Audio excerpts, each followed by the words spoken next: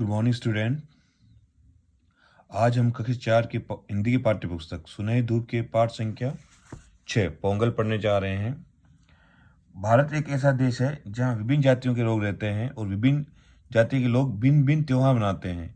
हमारे स्टेट में अलग अलग स्टेट है, उनके अलग अलग त्यौहार, प्रसिद्ध त्यौहार हैं, वो किस प्रकार मनाए जाते हैं उसके बारे में पढ़ते हैं। आज हम पोंगल त्यौहार, जो तमिलनाडु का प्रसिद्ध त्यौहार है, उसके बारे में पढ़ते हैं।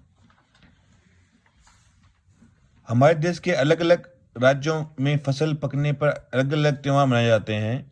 आओ पढ़े तमिलनाडु के त्यौहार पोंगल के बारे में। यानी फसल पकने के बाद जो त्यौहार मनाया जाता है वो तमिलनाडु में पोंगल मनाया जाता है, उसके बारे में पढ़ते हैं।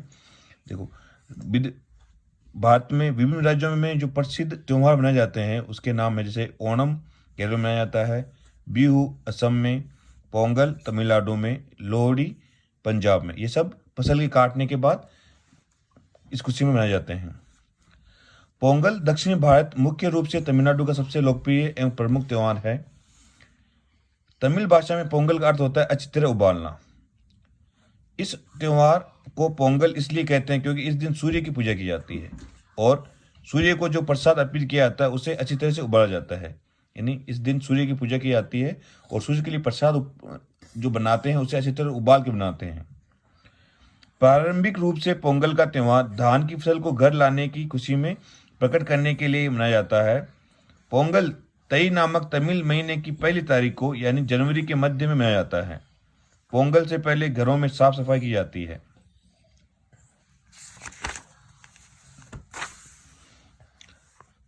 ये पर्व 4 दिन तक चलाया जाता है और हर दिन पोंगल का नाम अलग अलग होता है।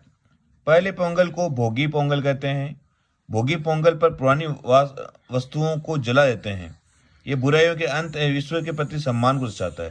यानी जो अपनी पुरानी वस्तु जलाते हैं उसी प्रकार अपनी बुराई भी जलती है, ऐसा माना जाता है। इस दिन अग्नि के इर्द गिर्द युवा ढोल बजाते हैं। ढोल को तमिल में बोगी कोट्टू कहते हैं। भैंस के सींग को से बना बोगी ऋतुओं के राजा इंद्र को समर्पित होती है। इंद्र नई ऋतुओं के आगमन की घोषणा करते हैं। जो नई ऋतुओं के आगमन की घोषणा वो इंद्र करते हैं। दूसरे पोंगल को सूर्य पोंगल कहते हैं। यह भगवान सूर्य को निवेदित होता है।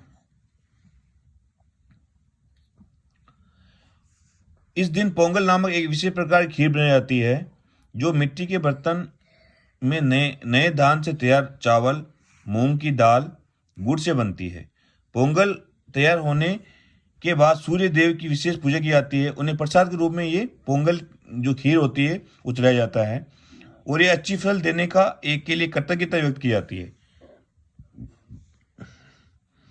तीसरे पोंगल को मट्टू पोंगल कहा जाता है। तमिल मान्यताओं के अनुसार मट्टू भगवान शंकर का बेल है, जिसे एक भूल के कारण भगवान शंकर ने पृथ्वी पर रहकर मानव के लिए अन्न पैदा करने के लिए कहा। तब से पृथ्वी पर रहकर कृषि कार्यों में मानव की सहायता कर रहा है। ऐसे मान्यता है कि भगवान की भूल के कारण वो बेल है जो धरती पर रह गया और अभी तक वो जो किसान है उसके अन्न पैदा करने में सहयोग कर रहा है। इस दिन किसान अपने बेलों को स्नान कराते हैं, उनके सींगों पर तेल चढ़ाते हैं, लगाते हैं एवं विभिन्न प्रकार से उन्हें सजाते हैं। बेलों को सजाने के बाद उनकी पूजा की जाती है। बेल के साथ ही इस दिन गाय और बछड़ों की पूजा की जाती है। कई लोग इसे केन्नू पोंगल के नाम से भी जानते हैं। इसमें बहनें अपने भाइयों की खुशहाली के लिए पूजा करती है। जिस प्रकार हमारे यहाँ रक्षाबंधन बनाई जाती है, उसी प्रकार इस त्यौहार में भी बहन भाई का त्यौहार मनाया जाता है। भाई अपनी बहनों को उपहार देते हैं। 4 दिन के इस त्यौहार के अंतिम दिन कन्या पोंगल कहा जाता है, जिसे लोग तिरुवल्लुवर के नाम से भी पुकारते हैं। इस दिन घरों को सजाया जाता है। आम और नारियल के पत्तों से दरवाजे को तोरण बांधते हैं। महिलाएं इस दिन घर के मुख्य द्वार पर कोलम यानी रंगोली बनाती है। इस दिन पोंगल बहुत ही धूमधाम से मनाया जाता है। लोग नए वस्त्र पहनते हैं और दूसरे के यहाँ पोंगल और मिठाइयाँ बेचते हैं। इस पोंगल के दिन की विविध प्रतियोगिताएं रखी जाती है जो काफ़ी प्रसिद्ध मानी जाती है यहाँ की। रात्रि के समय सामूहिक भोज यानी एक साथ भोजन किया जाता है। एक दूसरे के नव वर्ष की शुभकामनाएं देते हैं। इस प्रकार हर्ष और उल्लास का ये पर्व आनंद और उत्साह के साथ मनाया जाता है। शब्दार्थ देख लेते हैं इसकी। लोकप्रिय यानी लोगों में पसंद, लोगों की पसंद, लोगों का पसंद चीजें होती है। सम्मान यानी आदर, कृतज्ञता यानी आभार, उल्लास यानी प्रसन्नता, प्रकट करना यानी दिखाना, आगमन यानी आना, सामूहिक भोजन, सामूहिक भोजन।